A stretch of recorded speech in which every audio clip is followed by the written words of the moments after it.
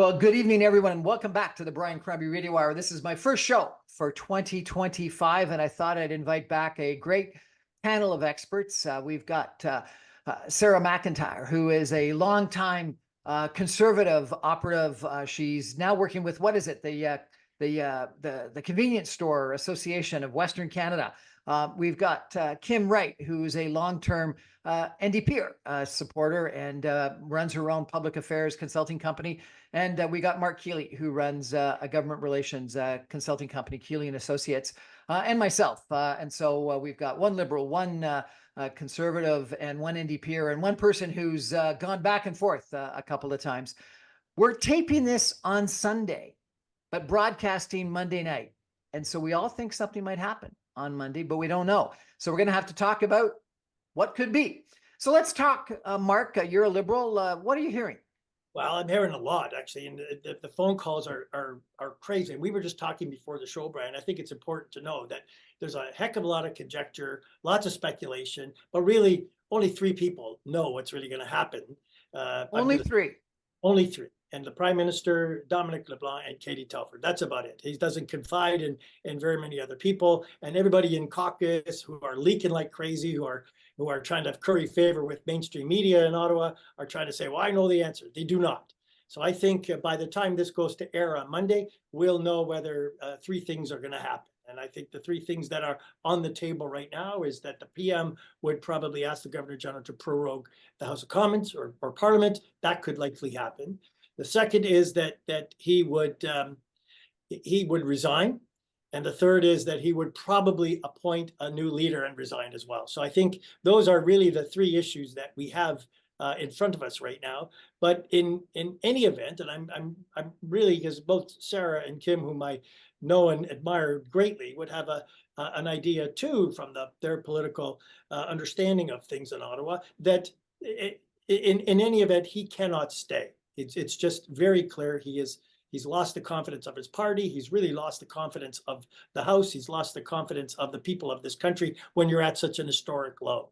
And yeah, we can't look at this like, well, his old man did this in 1984 and it's the same thing all over again. Look, he's won one election in a majority. Since 2019, he has not really had the confidence of the nation in terms of moving forward with a second mandate that would have put him in a position to do some great and glorious things. I'm also going to say this, Brian, because it's important that people know this. I think that this government has done really decent things over the last 9 years. And we got to look at that and say there is a legacy, but the silence, this charade that's happening with Trudeau and in the run up to what's going to happen, we'll say Monday, is really damaging to his legacy. And that's the unfortunate part about this. And we'll talk about that later in the show, I hope. Tell me about Jagmeet Singh's position, the NDP position, because it sounded to me like before the holidays, what Jagmeet said is Trudeau has to go, but he doesn't necessarily have to vote no confidence in the government. Oh, Jagmeet Singh has been very clear, and he put out a very strong, letter to Canadians and has followed it up. Does not support this Liberal government. We are done. Look, Jagmeet Singh got a lot of things out of a minority parliament, and minority parliaments have historically gotten a lot of great things for Canadians. But what Jagmeet has gotten is that millions of Canadians now have dental care that did not before, that were clogging up our emergency rooms, our healthcare system, because they weren't being able to access dental care. That is huge. We have had massive movement on pharmacare. And while there are a lot of people who have an insurance plan, a lot of people don't.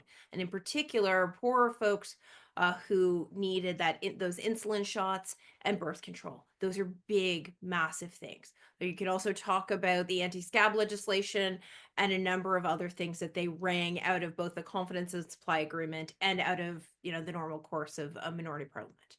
However, all of that being said, what Jagmeet has been very clear about is no longer having confidence in this prime minister and or this government. So regardless of who they put in, he does not have confidence that they have the best interest of Canadians in their heart and in their decision making, and to that end does not have the support of Jagmeet Singh and the New Democrats writ large. So all of that being said, it's a weird time in and around Ottawa. Many people have gone, they went back to their ridings. They went back and heard things. The Prime Minister went on yet another ill-fated vacation. That became yet another, thing to talk about. And they heard some things. They heard that people's lives have not gotten markedly better. They are concerned about the Prime Minister's inability and ineffectiveness about our neighbor to the south. Mark wants to talk about great things that the Prime Minister has done over the course of the last several years. And one of them that he has utterly failed at has been with our military and being part of a leader of a G7 nation that is able to have conversations of importance with their G7 colleagues. He cannot and has not for quite some time. And I would argue probably right from the beginning was over his head. From the beginning of dealing with China all the way through to current day. Certainly, as we worry about things like Arctic sovereignty, this is a big problem this Prime Minister and the Liberal government have had from the get-go. So all that to say, everybody's checking all of the social platforms and their gossip favorites and their group chats, and all of this is going to be, well, if it's not him, who could it possibly be? We'll talk about that. I suspect it has been teed up in that if there is a change in interim leadership status, it will probably go to Dominic LeBlanc, who has been handling most of the Canada-US work over the last while. And I will say, if it's Mark Carney, well, giddy up, kids, because it's going to make the Michael Ignatieff campaign look like a cakewalk. Anybody who's, remembers he didn't come back for us it's going to be that plus with a Mark Carney campaign. I mean, look, anyone who hangs out with Camilla Parker Bowles is not for me to be supportive of in any way, shape, or form. And so, it's just going to be giddy up time if it's Mark Carney. Sarah, what about you? Is this much ado about nothing, and it's just a matter of time till Pierre Poilievre takes over? Yeah, I mean, it's just the same painful train wreck that's been happening for the past year. I mean, God, when will it end? And look, I honestly believe, I'm not here as a partisan. I don't work for the Conservative Party. I vote and bleed blue, and I support Pierre, absolutely. But here's what I think. I honestly think the leader of the NDP and Justin Trudeau are bordering on treasonous behavior to this country by remaining in power. We have serious problems in this country that are being gridlocked and stopped because of somebody's ego. And, I think that Justin Trudeau wants to go toe to toe so badly with Pierre that he's willing to run the country into the ground in order to do that. And, it's not surprising to me, but what is even almost more disgusting than his behavior is the fact that the Liberal Party and all of its members, all of its MPs, all of its donors, nobody has backed him into a corner and said, you have to step down. It really does show the impotence of the Liberal Party. Because right now, nothing is getting done in Parliament, absolutely nothing. You look at any measure or satisfaction or performance by Canadian federal government, and they're failing. Whether that's international relations or military or housing affordability or law and order or extremism in the streets or encampments at municipalities, taxes going, deficit going. I mean, people are, by every single measure, unhappy, frustrated, and fed up with this government. Wow, so what an exchange. What a different set of opinions. We're going to take a break, come back in 2 minutes and delve into, is this treasonous behavior, or is it, as Kim said, pharmacare, dental care, numerous different policies that have been very beneficial. And Mark, we got to have to come back and ask, is this I'm ready to go, or is this something more? Stay with us, back in 2 minutes. Okay. Welcome back, everyone, to the Brian Crombie Radio Hour. Wow, what an opening to an interesting conversation today. Sarah says it's treasonous behavior, and Kim's talked about a bunch of the things that have got done in a minority parliament. And Mark, I got to turn to you. Is this just ego, or does he actually think justifiably that he is the best person to take on Pierre Poilievre? You know, I'm reminded of Joe Biden, who said, who thought that he might have been the best person to take on Trump. And who knows, maybe he would. I want to capture a bit of what Sarah said, because I think it's important to be realistic at the same time as understanding what's really going on. We can't be hyperbolic. And look, I think the world of Sarah. I'm being hyperbolic. I'm being. But it's as a not Canadian. business as usual. I think we've been trying, and you made the comments that we can't do anything in the government can't operate. We can't operate because the opposition have really held up any of the opportunity to do any work in the House of Commons. So really, don't say it's the government. It's really your party's opportunity, if you will, to try to scupper the business of the House of Commons. So that's one thing. Number two, look, I think it's really important that people understand what happens here. The other parties have the opportunity through caucus and through caucus resolution or votes, or whatever, to get rid of their leaders if they want. The Liberal Party did not vote in favor of that. So it really is to the leader to choose when he or she could step down in the Liberal Party. So there really isn't a mechanism in the Liberal Party right now, or in the Liberal caucus, for Justin to say if his caucus says we don't have confidence in you, that he would leave. I'll go back. Mark, let me interrupt. You know, there was Nancy Pelosi in the Democratic Party. The Democratic Party didn't have a way of stopping Biden, but they did, to Sarah's comment, have someone that had some cojones and stood up to Joe Biden and told him he had to go. I think Trudeau's got some cojones. He's showing it that he's got some fight in him, and I think that's a good thing. I agree with both Sarah and Kim that it's the manner in which this is playing out politically for him, but it's not his party. Because I don't go back to the argument to Kim is that we have had some pretty decent government over the last 9 years with some pretty decent legacy issues that have come to the fore as a consequence. And thank goodness that it was Jagmeet Singh and the New Democrats pushing you all into these things. Because Lord knows if it was up to the Liberals, you know, where they put in dental care, they took out dental care. They put in takeout. But how rich too, Kim, that he waits until, you know, the second last week of December. Right. This is what I'm going to do at the end of January. At some point, Jagmeet Singh. Look, but I'll say this too. Just because Pierre Poilievre wants an election, do we have to have an election? No, but what we do need to start seeing is any semblance of the or what. You know, I hear these liberals, and look, it is not up to the leader of the New Democrats to fix the mess that is the Liberal Party. That is not his role. You all have a mess. You've had a mess for quite some time. And Katie Telford has been blocking a lot of people's calls to the Prime Minister. They've all heard the chorus. Now, Liberals will say, we wrote a letter. It was stern. And we asked him to, you know, think about this. Think about what he's done. Look, the Prime Minister is not going to think any more than he has to on whether or not he should stick around, because he doesn't have to. To Brian, your point, did anybody say, all right, well, okay, sure, constitutionally we can't do this, but we could, from a legislature perspective, from a House of Commons perspective, we could have a dozen of us, 30 of us, 40 of us go sit as the Liberals in Parliament and really stick it to the Prime Minister, really shame him, have donors step up. No, look, I think that you're going to see somebody in the Prime Minister's head has been trying to say, well, you know, if Brian Mulroney had only stuck around, they wouldn't have only had 2 seats. They could have at least saved some of the furniture.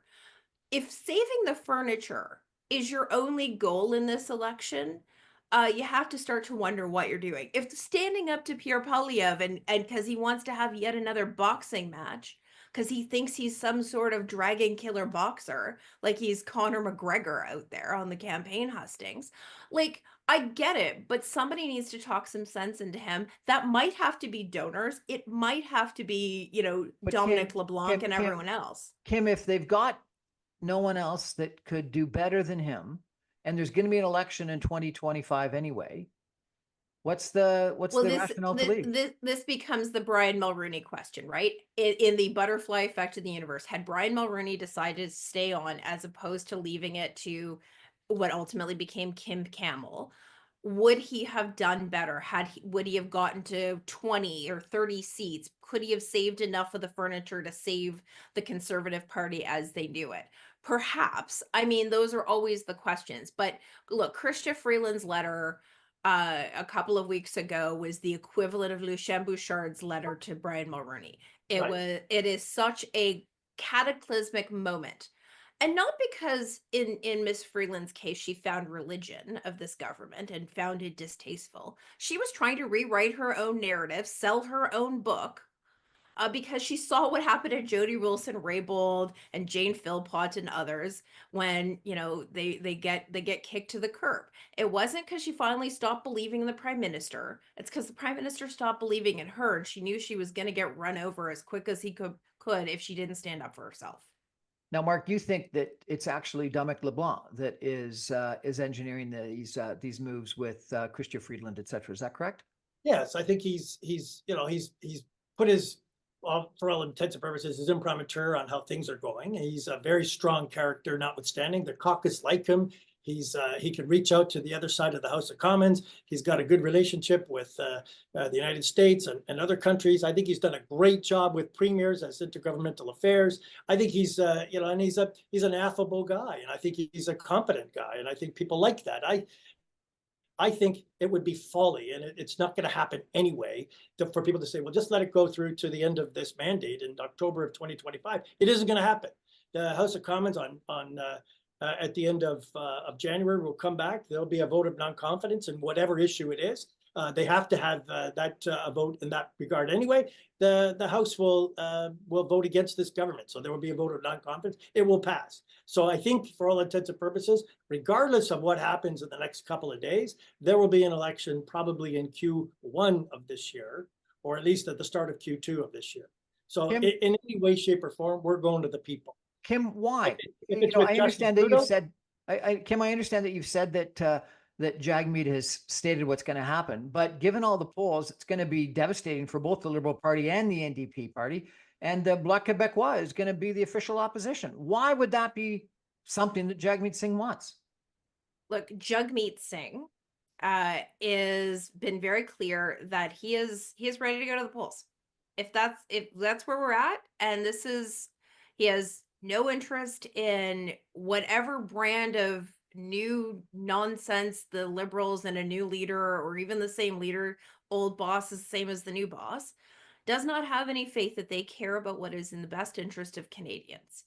And so we have been getting our ridings ready. We've been getting our candidates ready, and we'll go. And what we've been increasingly seeing, and this is where it's been fascinating to me, just as somebody who's observed politics for the last 30 years, when you Democrats start getting into that 23-24% nationwide, because our nationwide numbers are always look way less because they're much more regionally balanced. We are now in a place where we are passing the Liberals in regular rotation on the polling, which is incredibly devastating for the Liberal parties that their brand has dropped nationally like that. And what we have been seeing increasingly are these blue versus orange, Conservative versus New Democrat ridings in the last few cycles that are, neighborhood by neighborhood dogfights. I look at places like Essex and Nanaimo Ladysmith, Northern Ontario, the Kitchener-Waterloo to Windsor corridor. Those are increasingly blue versus orange, even across the prairies now, because the Liberal brand collapse is just it collapsed, as I say. So you're having these really interesting battles across the country that, for the most part, are going down to neighborhood by neighborhood issues. So they're going to be looking at, who's coming onto that debate stage with swagger and who's coming on with hubris. And those are very different things in politics and how people resonate with them. And those neighborhood by neighborhood, arms and legs dogfights is what's going to be fascinating over the coming weeks and months. Sarah, was your comment about traitorous? Treason, she said. Treason? Boo, Brother I'm Schwartz. sorry, what did you say? Was that hyperbole, or do you think it's actually true? What, the treasonous comment? No, Yes. I absolutely think it's true. I think he's acting in his own interest and not in the interest of of Canadians. And I find it repugnant, and that is going to be his legacy. And You don't think he could actually basically believe he's right the now, best person he's to face Polyev? displacing. Sorry, go ahead. You don't think it's possible that he believes he's actually the best person to combat Polyev? I don't think that matters, actually. I think it matters what the people are saying in the state of the country. I mean, we have incomes stagnating. We've got a possible 25% tariff coming from the US. We've got housing affordability issues. We've got $60 billion deficit. Any measure, we are falling behind our G7 partners. We are losing very important international relationships. And everyday Canadians are sick and tired of this Liberal government. I mean, they're just sick and tired of Justin Trudeau. And everyone's told him that, and he doesn't care. He doesn't care about the interests of this country. And it's disgusting. And the polls are showing that. I think that, every day that goes by is a benefit to any other party but the Liberals. Mark, does he not care about the interest of Canada? Of course he cares about the interests of Canada. No, he does not above his own interest. His own interest is paramount in everything that he does. But I'll go look at I'm as red as they come. I've been a lifelong Liberal, and I can tell you that this is not the Liberal Party that I grew up in. This is not the Liberal Party that I was part of for many, many years. And you know my history with the party, Brian and Sarah. But my point is this, that what Justin Trudeau said, even before he was Prime Minister, that this is no longer a party, it's a movement. Well, that's wrong. I think people who want to be a part of a party want to foist opinions and policy opportunities, those kinds of discussions that really move the needle forward that we haven't been allowed to do as a party per se for the last 9 years. And that is on Justin Trudeau, I think, and his people. So I think there needs to be a wholesale excision, if that's the right word, of what we need to do once this is over.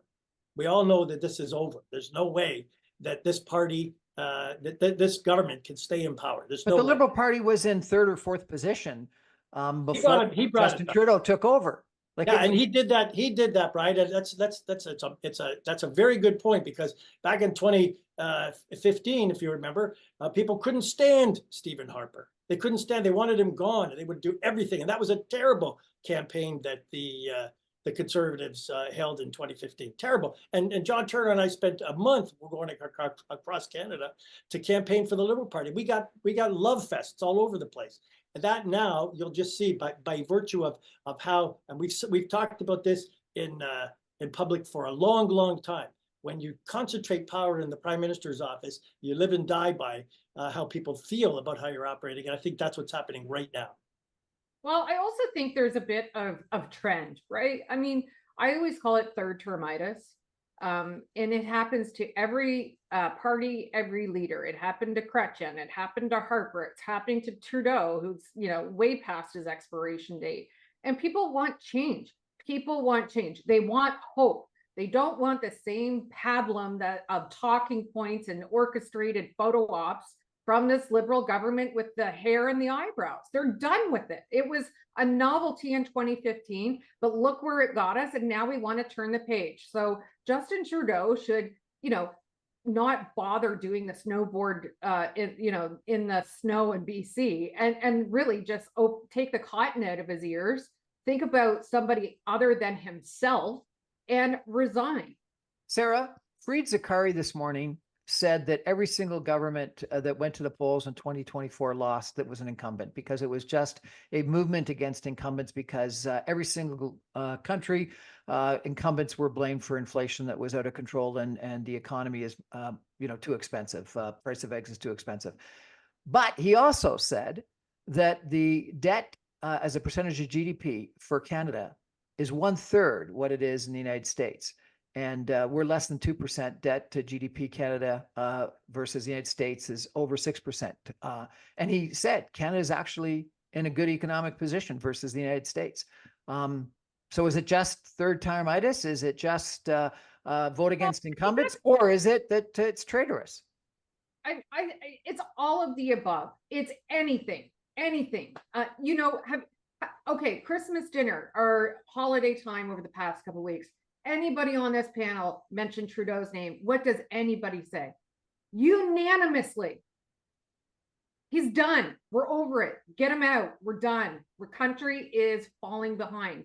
I mean, the biggest measure when I would compare us to the US that actually matters to people is our stagnating incomes. We're at the bottom. You know, if you look at charts, the US is not just leapfrogging us. I mean, we are basically, as we stay flat, we are declining in real purchasing power for the average Canadian, and people are feeling it. And someone's got to be blamed for it. And clearly, Chrystia Freeland got her ticket out before it laid at her feet, and it's now at Justin Trudeau. So, I'm not saying anything different than what any other Canadian is saying, and probably have told you over turkey at Christmas. So now, in fairness, my family and those of my loved ones would have said that in 2015, 2016, and all the way up to current. So I think most people already have an opinion. I think what is and Sarah hit on this a little bit. One of the things that is in front of Canadians is everywhere they look, small towns, large cities, northern, rural, remote, super urban, you are seeing tent cities. And that is confronting people in a way it never has. And these are not, people who are going, who haven't been able to put themselves up on their bootstraps. Some of this was people fleeing violence. Some of this are issues. There's all sorts of reasons, but it's also the fact that there is nowhere in Canada that you can have a minimum wage job and work full-time at a minimum wage job and afford a 1-bedroom apartment, if there is even one to be had. So you're seeing more and more people end up into some version of homelessness. We just read over the holiday season, Lorenzo Brarnetti, former city councillor, former MPP, who is now living in a homeless shelter. Now, this is a great reminder for those who keep voting against homeless shelters. Careful, you may end up in one someday. And we need to be better about how do we build housing? Where do we build housing? The Prime Minister put out a statement the other day that said it's Airbnb's fault. Hold on, Mark. Airbnb is not to blame for the fact that municipalities and provincial governments and federal governments will like to say, oh, we're doing a housing accelerator fund and we're doing all this stuff. But when it comes down to it, rubber hits the road. They do not approve the applications. They drag their feet on it. They let some other governing court body maybe sort themselves out. But they absolutely, utterly will say homelessness is a natural tragedy, and in the next breath vote against the very housing applications that could help people. Ultimately, there's so much failure of politicians, and I love me a politician.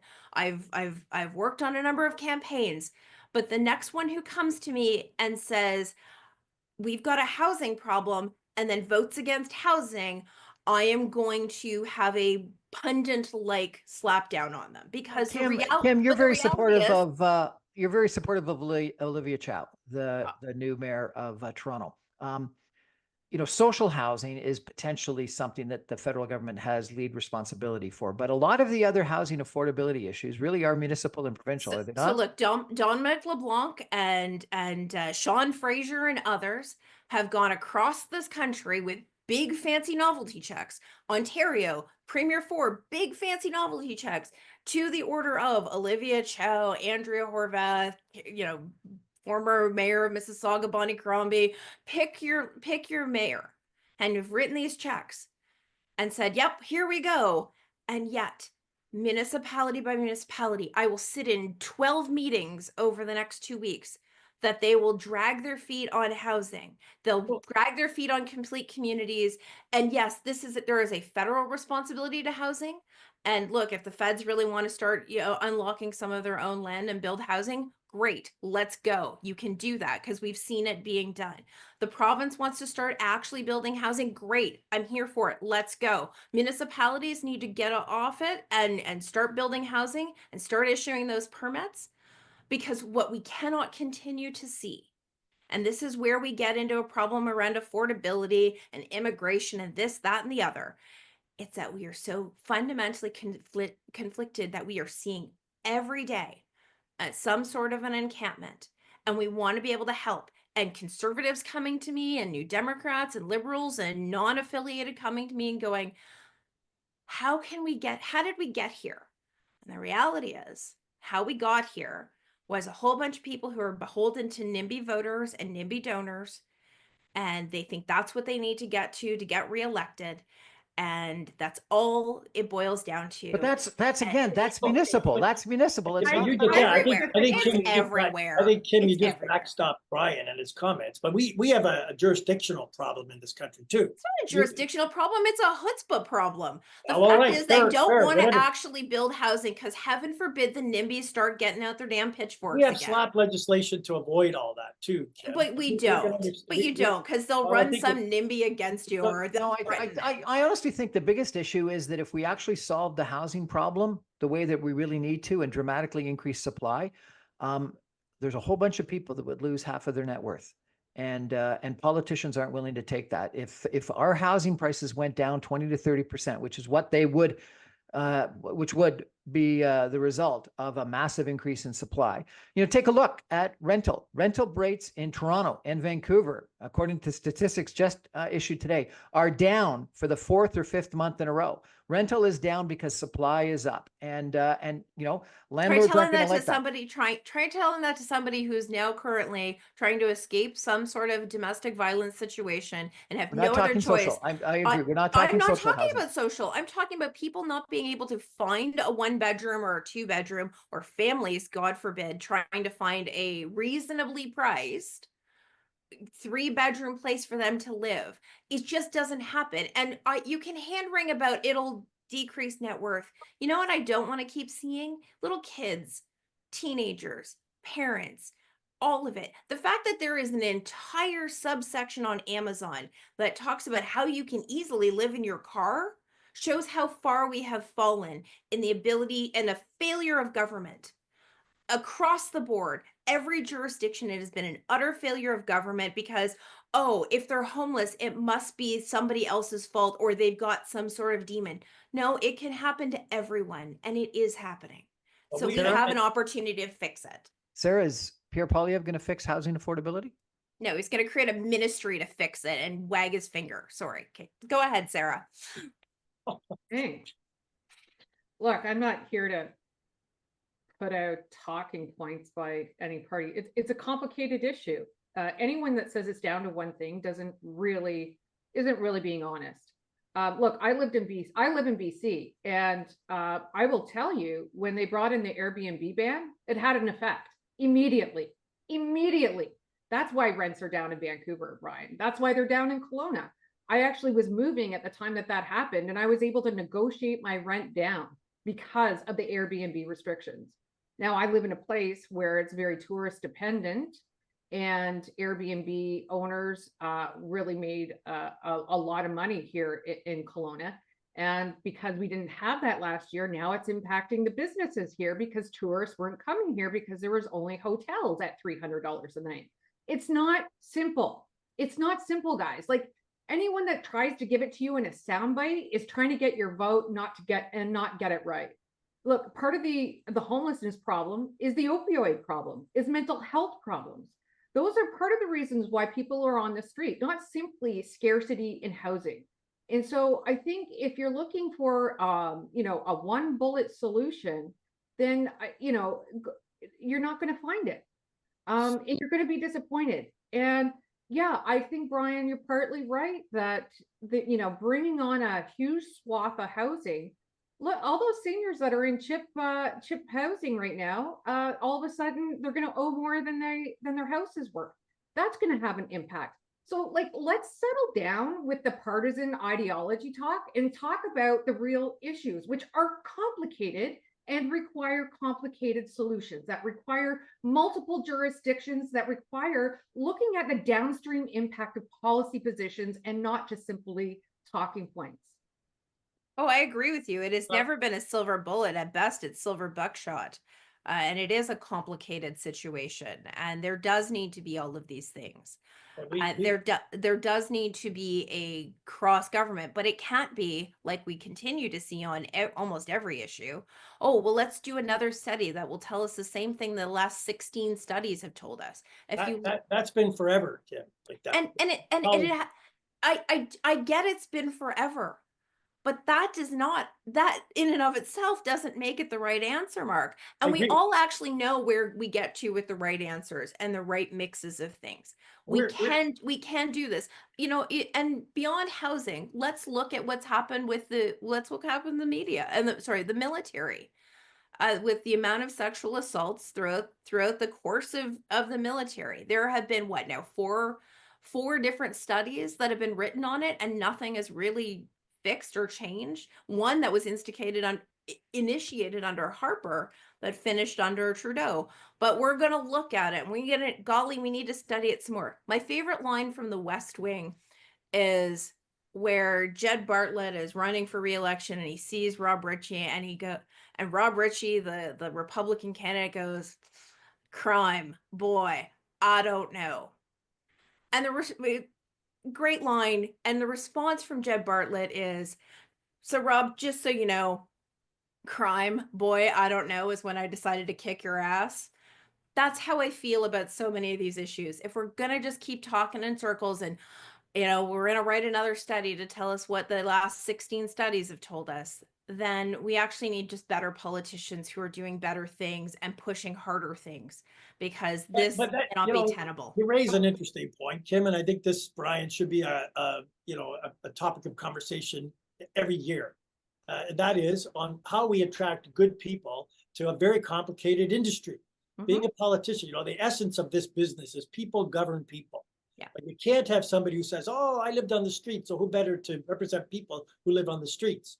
We've got to be very, very innovative. We've got to be smart. We've got to be understanding, intuitive, and we got to have experience. And I think this is the problem we're having in politics right now, where we have folks who are coming into this business who are 25 years old, who have zero business experience, and whether they're intuitive or Mensa candidates is inconsequential. The point of the exercise, this is, as Sarah says, this is a very complicated business, and you can't run politics on slogans. So Sarah, I find it interesting that you say we gotta have your party's leader talks about axe the tax and stop the crime, build the houses.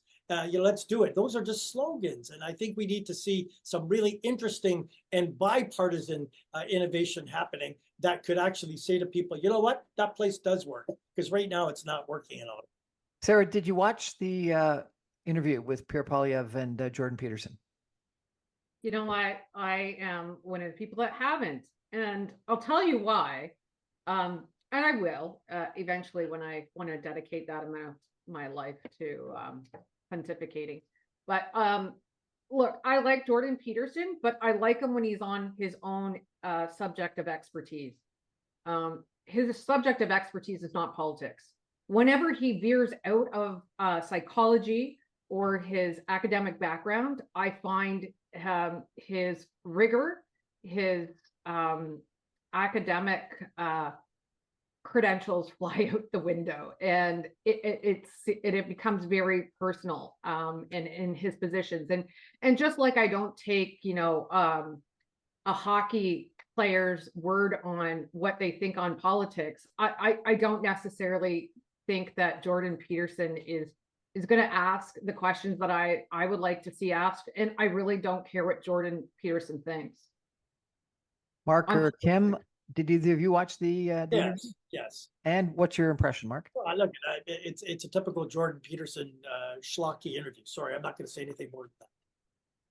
Yeah, I didn't, because I had other things to do with my day. I knew somewhere in there would be some sort of verbing the noun that came out of Pierre Poilievre, and that's fine. It's working for him clearly for today.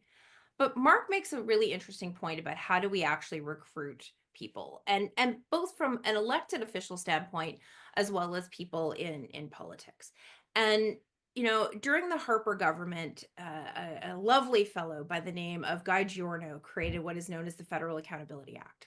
And that Federal Accountability Act was basically let's finger wag at lobbyists and government relations people and the revolving door and blah, blah, blah. Great sloganeering, great demonizing. But what it did do was get rid of people who would come in, help out in government, maybe train some of the 20-something folks who may not have had some of the lived experiences others, or maybe there was good back and forth. But we got rid of those people because they'd be banned from doing anything in their field of profession for at least. But why did we get rid of them, Kim? No, I get why we got. Why? The Of sponsorship scandal. That's what. But But Sarah, but Sarah, I decimate anything. But Sarah, but the consequence of that? Oh yeah, I know. I lived the consequence because personally. Because the easy thing is to say, oh, WAG, the lobbyist did a thing and there was a thing, as opposed to actually putting measures in place that would stop these things from happening. All the FAA did was underground some of the sponsorship stuff that we know all happens. It's the same in the city of Toronto, where everyone wags their finger at the MFP inquiry because somebody made some money somewhere along the line, but there was nothing in the 4 volumes of the Justice Bellamy inquiry that would actually stop it from happening today. In fact, they've made it worse because you can't whistleblow when there is shady stuff happening in procurement. But back to my point about why do we not have good people coming in? Because there is these restrictions in place that have made it impossible to come back in, do some service. Even during COVID, it would have been great to create some version of a wartime council type of thing to give guidance, to have opportunity to take the great experience that people have. But they wouldn't do it, and they couldn't do it because for their best earning years, they'd be banned for 5 years, much like Sarah had been in the course of her history. And so you're going to continue to have people who are experts in how to deal with government process, deal with policy, help shape better policy, ask better questions. And what we're left with are, frankly, people who don't know how to ask questions, don't have the ability to push back writ large, and ultimately we have poor decision making for the problem that we're seeing.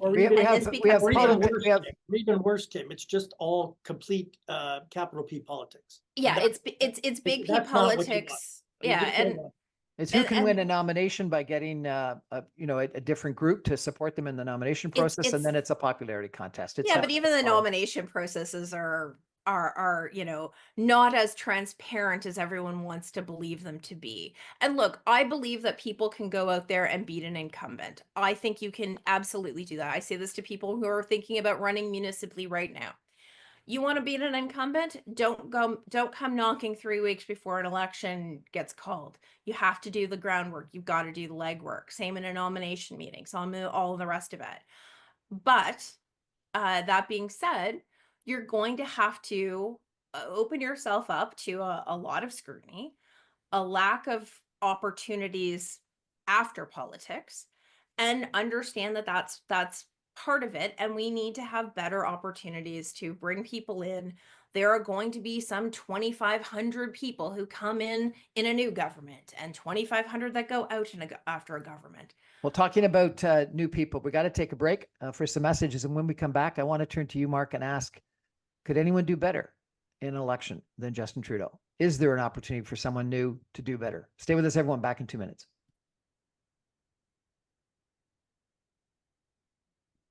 Welcome back, everyone, to the Brian Crombie Radio Hour. We're talking about politics and what's going to happen. We are Monday night, actually recording this on Sunday. And so therefore, if something happened today on Monday that changes everything we were having to say, we don't know about it yet. I've got some incredible guests. Mark Keeley, formerly very active within the Liberal Party.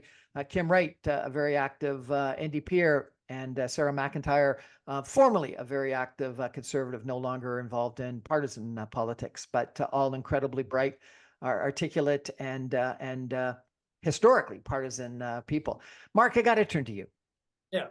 If Trudeau resigns, could anyone actually do better? Chrystia Freeland, Mark Carney, Dominic LeBlanc, anybody?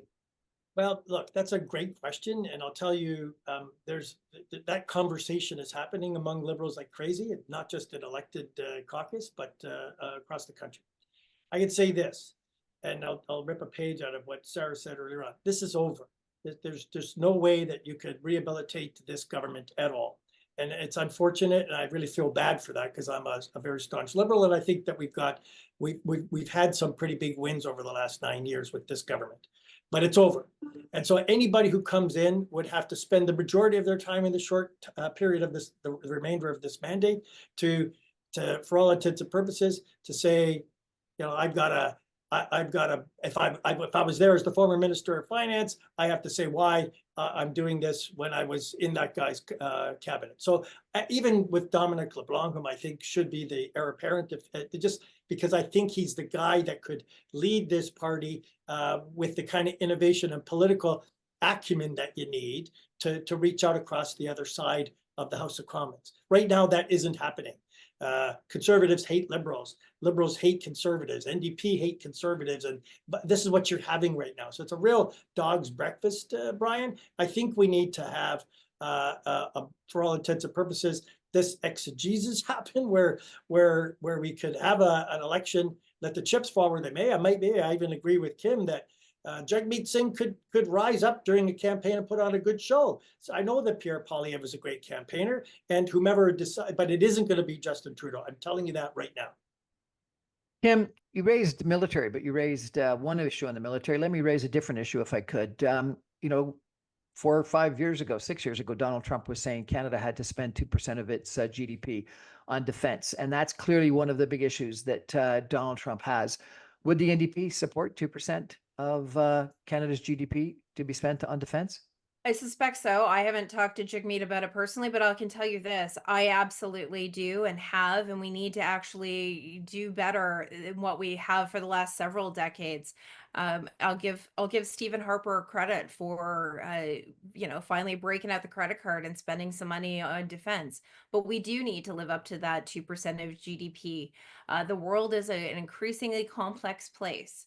We need to have the right tools to actually get there. And this notion of, you know, let's go buy a new submarine off Kijiji type of military spending has not gotten us anywhere. It hasn't made us any new friends. And more importantly, it's put Canadians at risk from coast to coast. And that is incredibly problematic, not just because I have family members in the military, but also because this is what we need to have if we are going to be the grown-up part of NATO and grown up part of a G7 country. And what I will say to anybody who's looking to become prime minister, who is going to be on a debate stage, who is going to be running, you know, burning up the Liberal Party phone lines right now, you need to have a clear and honest conversation with yourself about what you believe to be the responsibility of a leader of a G7 nation.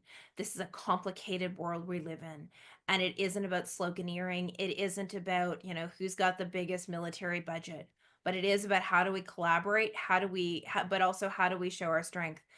You know, you talk to anybody around a Legion Hall who served, and they'll tell you the things that need to get done, and it isn't the, you know, what kind of cute socks is the prime minister wearing diplomacy. It's much more complicated than that, and we need to get better at it. Sarah, you raised the issue of the opioid crisis. When Trump first raised the border issue, I wasn't sure it was a big issue, but I've interviewed a couple of people recently that have educated me that the biggest increase in fentanyl into the United States has come from BC, where supposedly they're importing a fair amount of the ingredients from China to formulate fentanyl, and that the biggest increases in fentanyl imports into the United States are illegally from British Columbia. Do we have a border issue that we need to address, and what do you think we need to do? We have a relationship issue with our largest trading partner. The border is one of them. I would say immigration is another, military spending is another. And the fact that we are not able to have diplomatic conversations that are effective and strategic, you know, lies at the fault of the prime minister. And look, right now, Donald Trump is, you know, he's like a house cat that's got a plaything that's somewhat alive and somewhat dead. And he's just batting it around the room. He's enjoying this to no end, trust me. But we don't have a leg to stand on. You know, we're going to be hosting the G7 this year.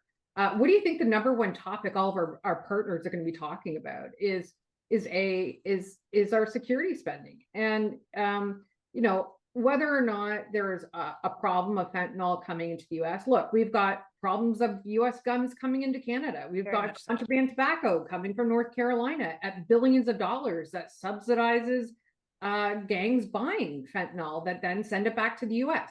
So, you know, there's a problem with our relationship that we're not talking about it. And instead, Donald Trump is tweeting about it and embarrassing the country and the prime minister, joking about us becoming a 51st state.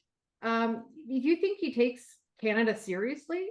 Absolutely not. And why? Because of Justin Trudeau. Look, he flies down to Mar-a-Lago. His team tweets out something about, you know, being a DJ. Meanwhile, you know, the Trump administration's putting out stuff saying, you know, Trudeau doesn't, Canada can't say anything because they're not making their own, making our 2% military commitment. So there is a complex problem, and I don't think anything that comes out of Justin Trudeau's mouth is going to make an inch of difference to Donald Trump. And that's a problem for every single Canadian. Mark, tell me about that and what your reaction is. You know, I've always been the believer when you're faced with a bully, you got to stand up to the bully. And Trudeau seems to have thought that the way to deal with a narcissist, if that was the definition, is go and placate him and try to wine and dine him at Mar-a-Lago. I think if someone makes that kind of an joking, insulting comment, you got to stand up and tell them it was completely inappropriate and uncalled for, and shut up. What do you think about Trudeau's response? Well, we've always had, as a country, we've always had the pride of Canadianism to stand up to our neighbor to the south. We, you know, like to say things like, "Oh, we're never going to be a 51st state," is a ridiculous comment to have been made by a leader of a party. But I would have counseled the Prime Minister not to have gone to Mar-a-Lago. I would have counseled him maybe send Dominic LeBlanc to go and talk to Trump's people. We gotta triangulate around this. We all know what this guy's like. We all know what's probably going to happen over the next 4 years in the United States anyway. But the point of the exercise is we have huge issues we have to fix. Part of it is, and this is what I would have said to the Prime Minister, you got to have a better ambassador. You got to have some ambassador with some chutzpah, as I heard here too. We got to look at our foreign affairs or our global affairs team on the ground in those different countries, and we've got to just do a better job of holding up the flag for Canada in countries like the United States, Mexico, and other jurisdictions. We have a terrible relationship with China that probably won't get any better under the next government. We got a terrible relationship with India that we need to remedy in pretty short order. So I think in this particular case I'm just frustrated, Brian, because I don't know who counsels this guy. I don't know who's giving him advice on how we should do global affairs. But you know, we've had great relationships with the United States since Confederation, and I'm confused as to why it's taking this turn. And I'm not saying it's just Justin Trudeau. A lot of it has to do with the changing dynamics in the United States as well. We're almost out of time. Maybe we can do a quick round of everybody. We did this a year ago. Predictions for the end of 2025. This may be easy, but who's going to be Prime Minister and who's going to be leader of the official opposition? Kim, maybe I can start with you. Oh, look, polls to be believed today. And look, once you get into the big stage of the of a campaign trail, it makes it more complicated. And let's see who some of these candidates are and what kind of things. I remember at one point, Aaron O'Toole and even Andrew Scheer were leading in the poll. So who the heck knows? But it should be Pierre Poilievre in the end. But I think this is going to be a much more interesting federal election. Again, back to those riding by ridings than people seem to believe yet. So my guess is we all need to stay tuned, because I don't think this thing is nearly as over. I wouldn't start measuring the drapes everywhere. Mark? I think we're going to see a conservative government, whether it's a majority or a minority, and Pierre Poilievre will be giving the New Year's address next year, the end of this year. Who's going to be leader of the official opposition? Well, if you look at it from, and I take a page out of Kim's book too, it could either be the Bloc Québécois, because they're surging in the province of Quebec and could win every seat, or it could be the Liberals. Oh, come Sarah. on now. Come on now. Last word to you. I'm sorry. That was very sweet, Mark. How much Kool-Aid did you just drink on that one? I'm telling you just take my word. All right. Oh, 100% Pierre is going to be prime minister. And, you know, I think the Liberals are going to be relegated to third party status. I think the opposition will either be Blanchette or Singh. And I think there's going to be some big challenges, you know, for Pierre, just because it's in the bag. You know, the real challenge is going to be, you know, the first 100 days. Everybody is so unhappy on so many different levels, and there's been so many promises made. It's going to be a very difficult fall and first session for the Conservatives, but they're going to sweep the country outside of Quebec. Like, it's going to be a bloodbath, and Justin Trudeau has himself to thank for that. Who's going to be leader? As do the Liberals who have let him get this far. Yeah, I agree with that. Who's going to be leader of the Liberal Party, and will the Liberal Party have official party status? Yes, they will. And listen, if it goes the way I think it's going to go, you're going to see a good member of Parliament from New Brunswick to take over the helm, who's got tremendous reach across the aisle, and that's what you need. Somebody who can soften a lot of this craziness right now. So so that's why I say, mark my words. It could be a short Dominic Lavaught prime ministership, and good things could happen. Kim, any comment? Many, but I'm not sure the CRTC would let me say some of the words I'd say about that. Look, I think that the Liberals are going to spend so much time infighting and burning the furniture, they're going to forget how to actually campaign. There's going to be so much of the, it'll be like in Ontario with the Stephen Del Duca campaign and the Kathleen Wynne campaign. And I don't think the Liberals know how to deal with that when they are scrambling that hard. Look, they don't have official provincial party status in any, or you know, they don't have it in Quebec, Ontario, any of the prairies, like outside of Yukon and New Brunswick. They're just not there, and that not having those arms and legs, especially when we're now into what we like to call the progressive primary, where New Democrats are consistently above Liberals in those national polls, that's going to make some big shifts in how those conversations are going to start to unfold in a lot of places. So I think the stay tuned, get your popcorn, because the Liberal fighting will just be epic. Sarah, Mark Carney should appeal to some fiscal conservatives, some of the old red Tories. Does it make any difference who's the leader of the Liberal Party? Why would Mark Carney appeal to any of them? Because he's got, you know, the Bank of Canada underneath him? No. Yeah, governor of the Bank of Canada, governor of the Bank of England. Probably the most educated person ever run. Absolutely not. I don't think he appealed to anybody except for, you know, Mark Carney. So it doesn't make a difference. No matter who the leader is, doesn't make a difference. Have party status. I don't think they're going to have party status. I don't know if Dominic can actually be interim leader and then run as in the party. There are some rules. You're right, Sarah. I think this is a very unique situation. It could be an appointment. I think that's being bandied about, or they have a short leadership race and he wins. Almost like what happened when Martin took over the party in 2000. Yeah.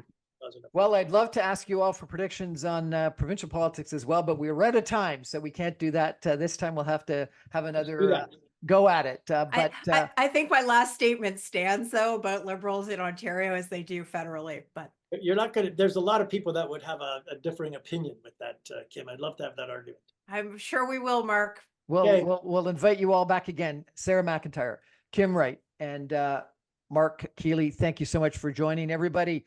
It's going to be interesting to see what happens. And if not Monday, shortly after Monday. Thank you all very much for joining. I remind you, I'm on every Monday through Friday at 6 o'clock on 960 AM. You can stream me online, even from BC at www.saga960am.ca. All my podcasts and videos are available on my website, briancrombie.com, on YouTube and on social media. Thank you all very much.